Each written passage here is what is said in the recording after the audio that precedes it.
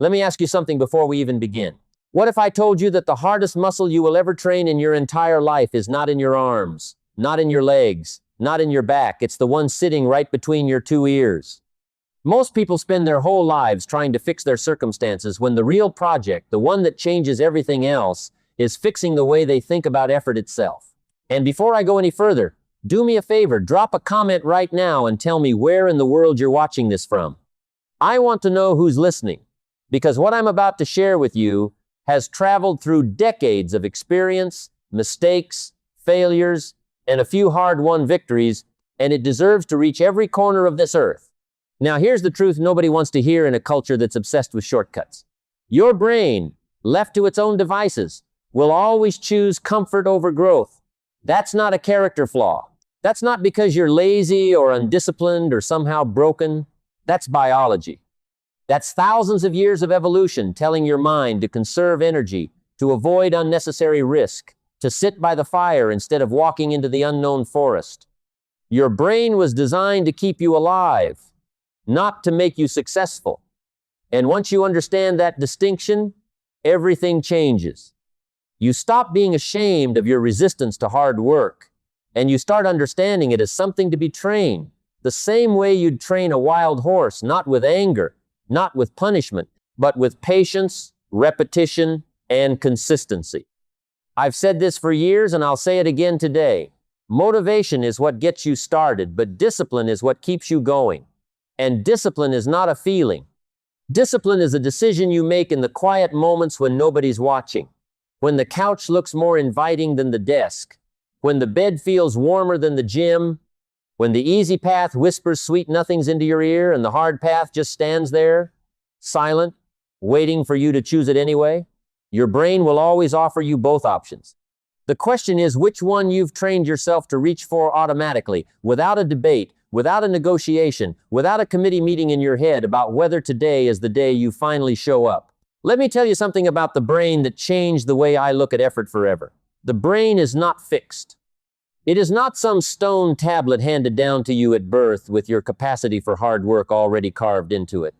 The brain is plastic. It rewires itself based on what you repeatedly ask it to do.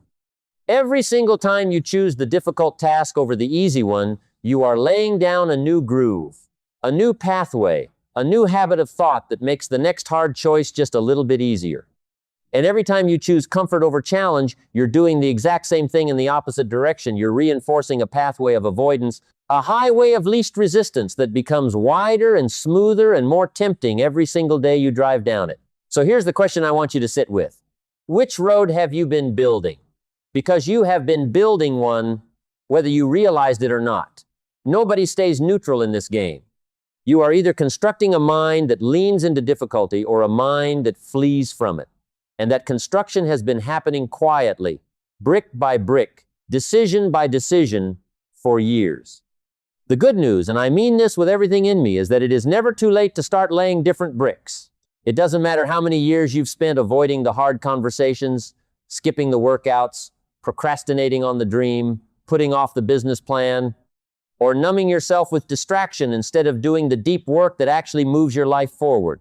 Today can be the first brick of a new road. Now, let's talk about why so many people fail at this. Because understanding failure is just as important as understanding success. Most people try to train their brain to work hard the same way they try to run a marathon without ever having jogged around the block.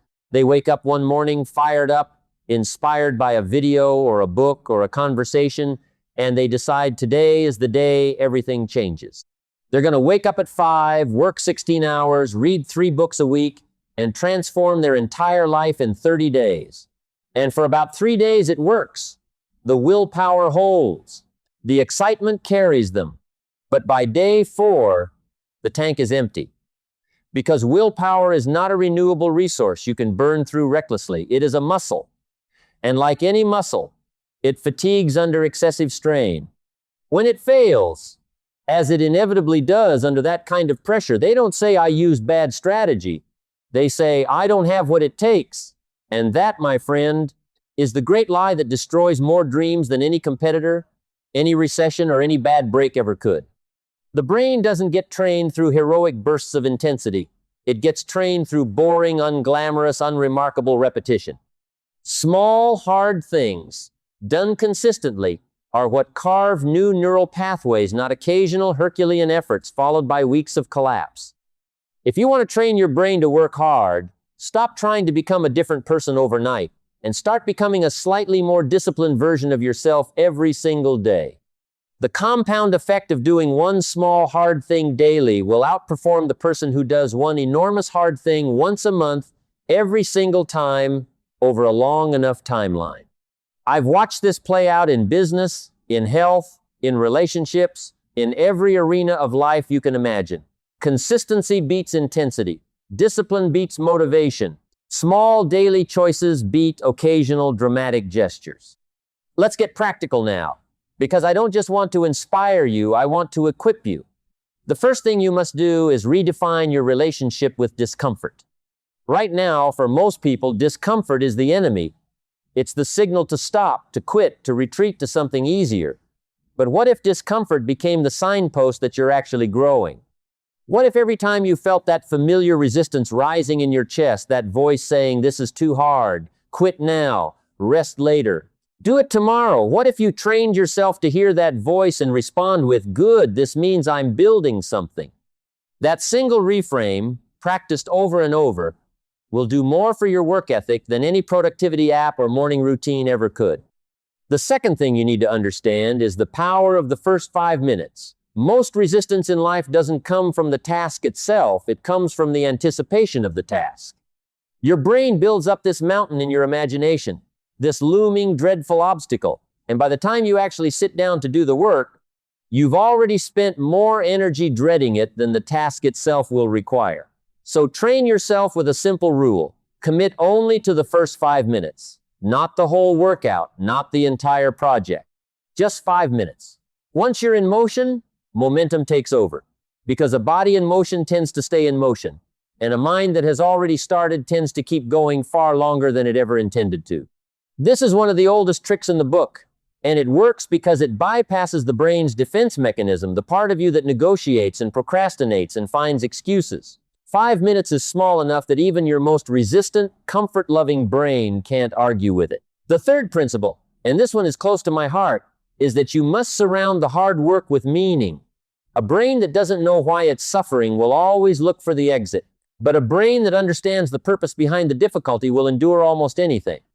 This is why soldiers can march for miles, why mothers can function on no sleep for months, why entrepreneurs can work through failure after failure without giving up. It's not that these people have superhuman brains. It's that they have attached a why to their hard work so powerful that the hard work itself becomes secondary to the mission. So ask yourself honestly, why are you doing what you're doing? If your answer is vague, if it's something like because I should or because everyone else is, your brain will quit at the first sign of resistance. But if your answer touches something deep, your family's future, your own self-respect, a promise you made to yourself in a dark season of life, your brain will fight through walls to get there. Here's another truth I've learned over the years, and it might sting a little, but I say it with love. Comfort is the enemy of growth, but more specifically, comfort is a debt collector. Every time you choose the easy path today, you are not avoiding difficulty, you are simply postponing it and adding interest. The workout you skip today becomes harder tomorrow. The conversation you avoid becomes more complicated next week. The business idea you delay becomes the opportunity someone else seizes. Comfort feels free in the moment, but it is the most expensive thing you will ever purchase because you pay for it later with interest in a currency of regret. Meanwhile, discipline feels expensive in the moment. It costs you sleep, leisure, ease, instant gratification, but it is actually the cheapest thing you'll ever buy because you pay for it once, up front, and then you live in the freedom it purchases for the rest of your life. Now let's talk about identity, because this is where the real transformation happens. You will never consistently work hard if, deep down, you don't believe you're the kind of person who works hard. Behavior that contradicts identity doesn't last. You can force yourself to grind for a week, even a month, on pure willpower, but if your self-image still says, "I'm someone who struggles with discipline," your brain will eventually pull you back to match that identity.